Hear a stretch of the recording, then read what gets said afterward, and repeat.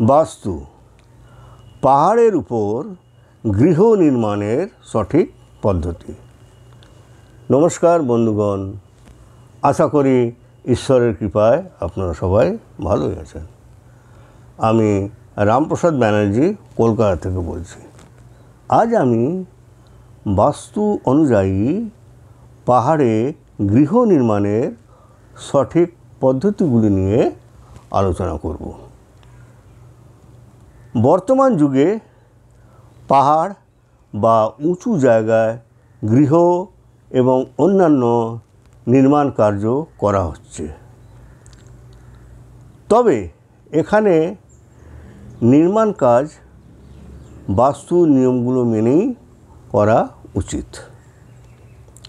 শহরের পশ্চিম দক্ষিণ দিকে পাহাড়ের উপর কোনো কাঠামো বা বাড়ি বা বাণিজ্যিক কমপ্লেক্স করা যেতে পারে।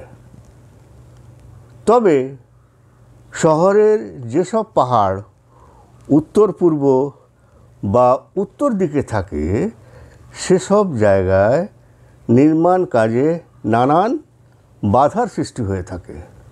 অতএব যথাসম্ভব এসব স্থানে নির্মাণ কার্য না করাই ভালো। পাহাড়ের সেই স্থানে নির্বাচন করা উচিত যেখানে পাহাড়ের পূর্ব ও উত্তর দিক ঢালু থাকে এবং দক্ষিণ এবং পশ্চিম দিক উঁচু থাকে।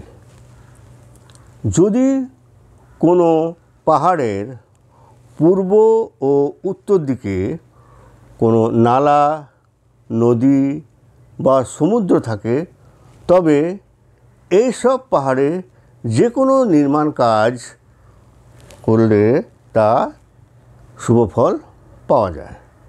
আবার সেই সব পাহাড়েও গৃহ ও অন্যান্য নির্মাণ কাজ করা যেতে পারে যার চতুর্দিকই ঢালু। তবে নির্মাণ কাজ বাস্তু নিয়ম অনুযায়ী করতে হবে।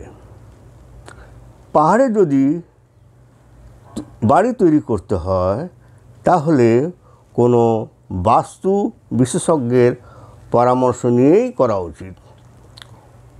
উত্তর পূর্ব দিকটি বাস্তুশাস্ত্র হিসাবে খুবই গুরুত্বপূর্ণ। এখানে জলের উৎস স্থাপন করা শুভ বলে মনে করা হয়, যা ইতিবাচক শক্তি আকর্ষণ করে। উত্তর পূর্ব কোণটি অন্যান্য কোণ অপেক্ষা বেশি খালি জায়গা রাখা উচিত। বর্গাকার বা আয়তাকার আকারের ঘর বাস্তুসম্মত শুভ বলে মনে করা হয়।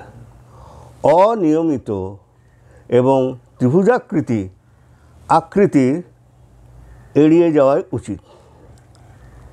দক্ষিণ ও পশ্চিম দিকটি পূর্ব ও উত্তর অপেক্ষা উঁচু থাকা উচিত। বাড়িতে পর্যাপ্ত আলো বাতাস প্রবেশ করে সেদিকেও লক্ষ্য রাখা উচিত। বাস্তুশাস্ত্র নিয়ম অনুসারে বসার ঘর উত্তর পূর্ব, শয়নকক্ষ দক্ষিণ পশ্চিম, রান্নাঘর দক্ষিণ পূর্ব এবং বাকি সবগুলি শাস্ত্র অনুযায়ী স্থাপন করা উচিত। পাহাড়ে বাউন্ডারি দেওয়ালের পূর্ব দিকে একটি মাত্র গেট হওয়া উচিত। পশ্চিমে কোনো গেট রাখা উচিত নয়।